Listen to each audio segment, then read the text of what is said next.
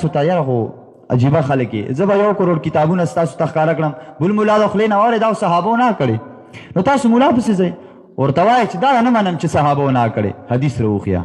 کتاب اوچت کا ماتې د کتاب نه ثابته کړه د سعد ملا غوندې کتاب ښکاره کړه جل صفا لیکه کرخه هر څه راته بیان کړه که ناروا پکې لیکل شوي وو مې کوئ نو په صرف په خولو باندې خو د چا نه راوکږي که نه ما خو ورته د دین او د مذهب لویې لویې فتاوې وړاندې کړې چې هغوی ورته د جواز نسبت کړی چې بالکل جایز ده خبره پوه شوې بله خبره پکې دا زده کړې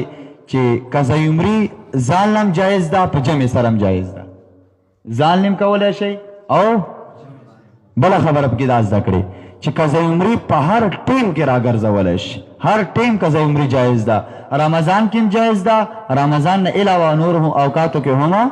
جایز ده څه خبره پکې نشته ښه خو موږ رمضان کې ولې کوو اول رمضان کې ځکه کوو چې رمضان کې د هر عمل ثواب دوچن دی هر عمل ثواب څه شي دوچن دی بیا رمضان په اخیری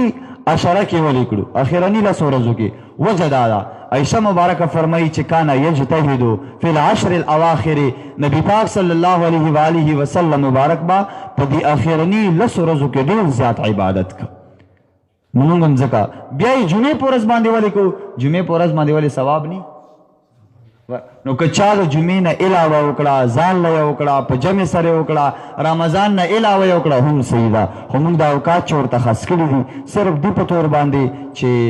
موږ یو چې یو د رمضان بیا اخري عشره ده بیا ورځ د جمعې ده نو ثواب او اجر پکې ډېر زیات دی ښه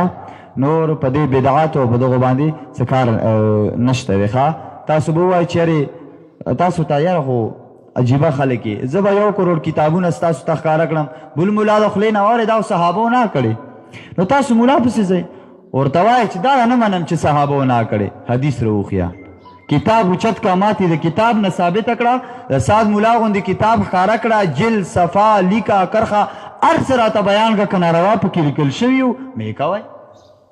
نو په صرف په خولو باندې خو د چا نه راوکږي که نه ما خو ورته د دین او د مذهب لویې لویې فتاوې وړاندې کړې چې هغوی ورته د جواز نسبت کړی چې بالکل جایز ده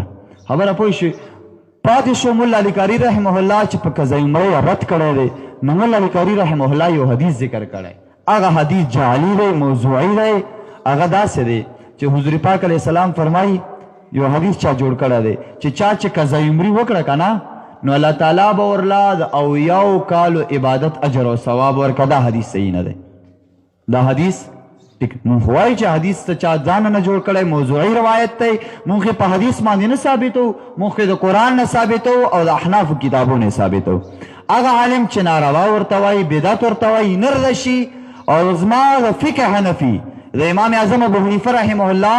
د مذهب د کتابو یو کتاب نه دی ته ما ته ناروا ثابته کا زه سبا قضا عمري نه کړم دا ما دوی ته اعلان دی ځای نشته دوی سره روایت خو صرف یې صحابو نه کړې تاسو وانه اورېده چې سلفو کړې ده سلفو نه څوک مرادي صحابه مرادي تابعین مرادي که تو وایې چې نه ته ما ته فتاوه کې سند وښایه چې امام اعظم ابو حنیفه ته سند رسېدلی نو ته خو هم پوهېږي چې د فتاوو او د فقهاو عادت دا دی چې دوی سند نه ذکر کوي